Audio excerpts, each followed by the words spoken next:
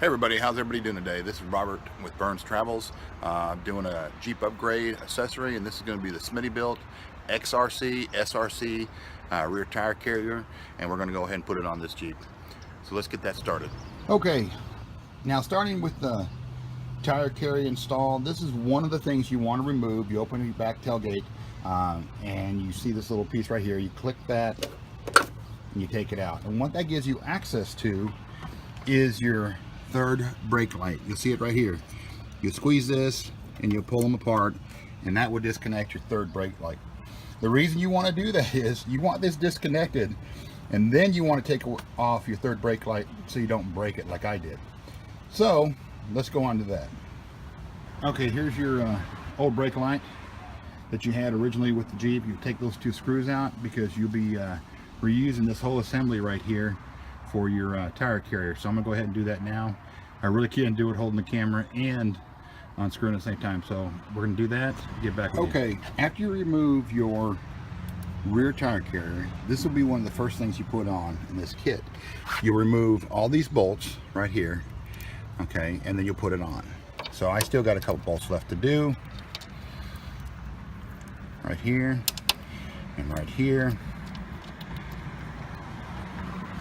Then once all those are screwed on, then you're going to take your turnbuckle and put that on, and you're going to put this little mount right here on. Okay, so let's get all that finished, and we'll go from there. Once you have this piece in right here, okay, you're going to go ahead and put your swing arm into, and what's going to happen is you're going to have to make sure that you have some spacers here, spacers on the bottom, and then there's a nut, and then there's a hole that a pin goes through.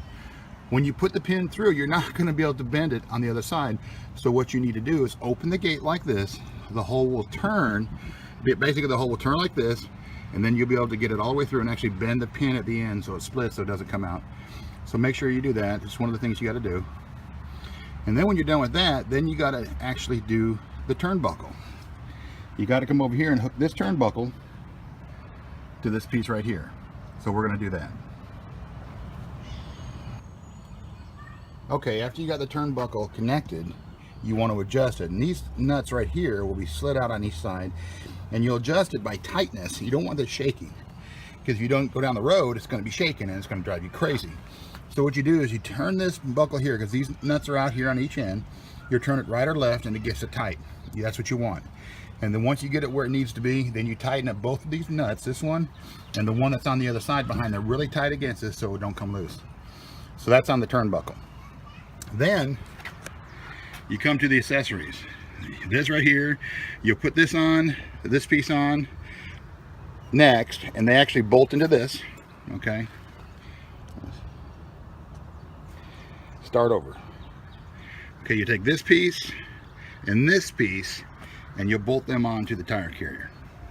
It's 4 bolts for this piece to go onto this, 4 bolts for this to go through this. It's the same 4 bolts, okay? And then the tire adapter, this has holes for the depth of the tire, and there's 4 bolts for this. Your third backup light is this right here. I broke mine because I didn't disconnect the wire before I took the tire carrier off, so I had to buy a new one. So I got an LED, but it's the same layout that you would do with your stock one. There's 4 screws in the back.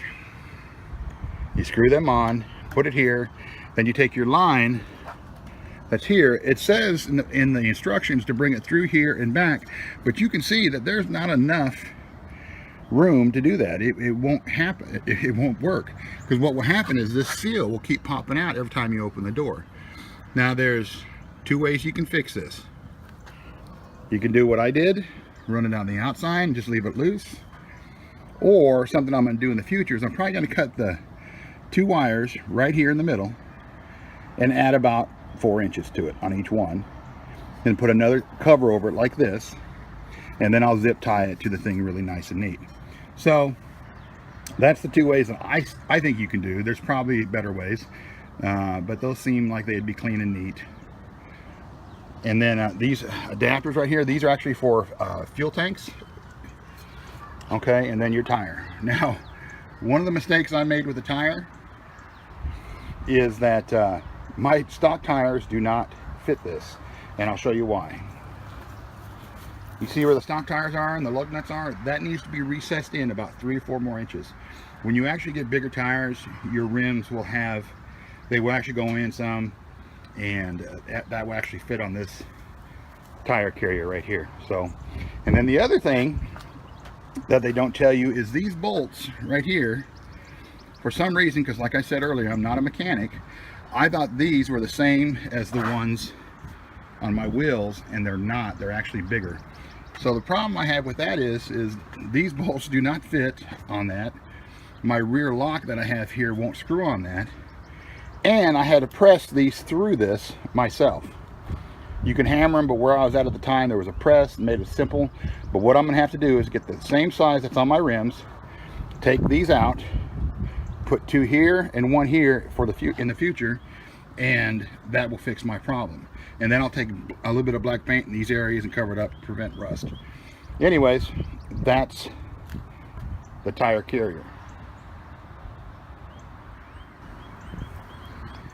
Okay, this is the tire carrier complete on the back.